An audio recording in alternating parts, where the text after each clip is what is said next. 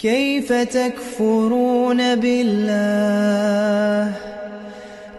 تكفرون بالله وكنتم أمواتا فأحياكم ثم يميتكم ثم يحييكم ثم إليه ترجعون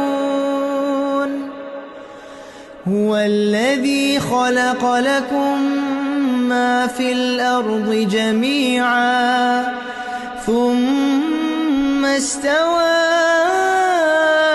إلى السماء فسواهن 7 سماوات وهو بكل شيء عليم.